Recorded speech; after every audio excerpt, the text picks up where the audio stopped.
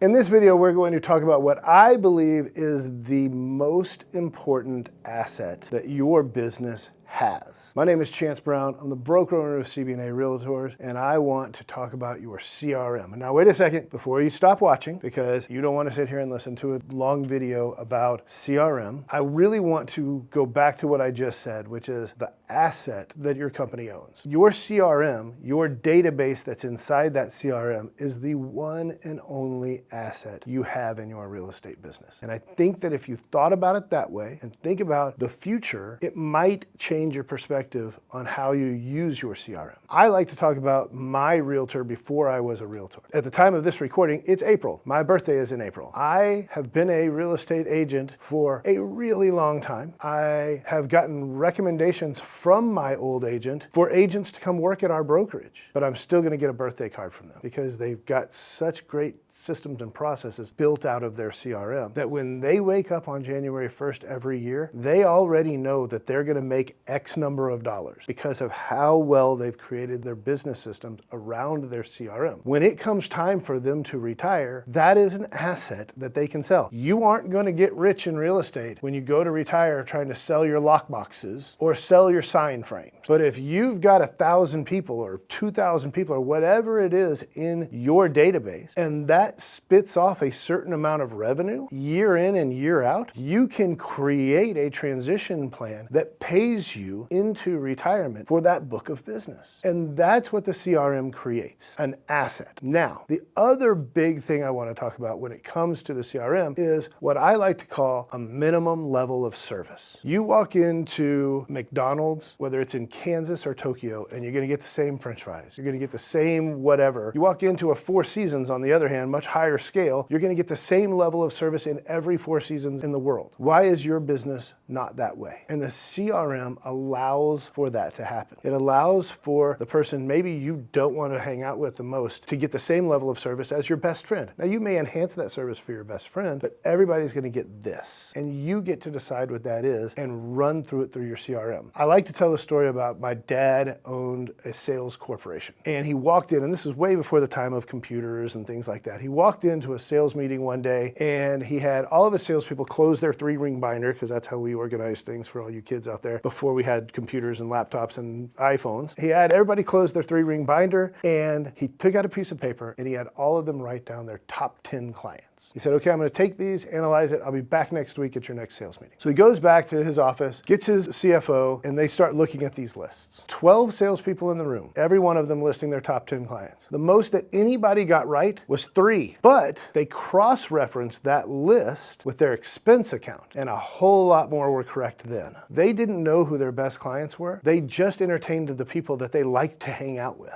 And we as agents oftentimes fall into that same trap. It's sort of this path of least resistance thing, right? Some of my best friends in the world who I love hanging out with are not very good referrers. But my 2 best referrers in the history of my business aren't people that I particularly want to go and grab a beer with either. But because I use my CRM to make sure that I'm tracking my business and I know where it's coming from, these people are getting the attention that they deserve, as opposed to if I was just flying by the seat of my pants and following that path of least resistance. And so when we look at the CRM, yes, it's our asset. Yes, it's the way that we create a minimum level of service. And then there's the obvious, right? The obvious is it's going to help us market. It's going to leverage time. It's going to deliver consistent brand messaging. If I could go back and change one thing from when I started in real estate, I was too damn cheap to pay $45 for Top Producer, which back then was basically the only CRM. And I waited about 18 months. And in that 18 months, I probably, just calculating on what happened after I started using the CRM, I probably left $10,000 or $15,000 on the table. And I didn't want to pay $45 a month. How dumb is that? And let's not forget about the basic value of the CRM, which is it's the easiest, cheapest way to lead generate that exists. It will tell you, you need to call these people. Just put them in and put them on a plan. The average American knows, depending on which study you look at, 10 to 15 realtors. And the one that they're going to use is the one that they've interacted with most recently. And so you've got to put yourself in the position where whether it's a live interaction on a phone call or in person, or it's something sent out by your CRM, they remember your name because you've reached out to them most recently. Hey, listen, I know that you're a really smart person and you're going to remember everything that happens on an everyday basis. I can't remember what I had for lunch yesterday. So when my client tells me, hey, I'm leasing for a year, I know that I need to touch base with them in about 8 months or so to start seeing if they're going to renew that lease or buy a home or whatever that looks like. I'm not going to remember that. And I hate to break it to you, but you're not going to remember that either. Put it in your CRM and let it remind you. And that way you don't miss out on that opportunity. Because the last thing that you want to see on Facebook 14 months from now is them standing in front of their brand new home with their other realtor that they used.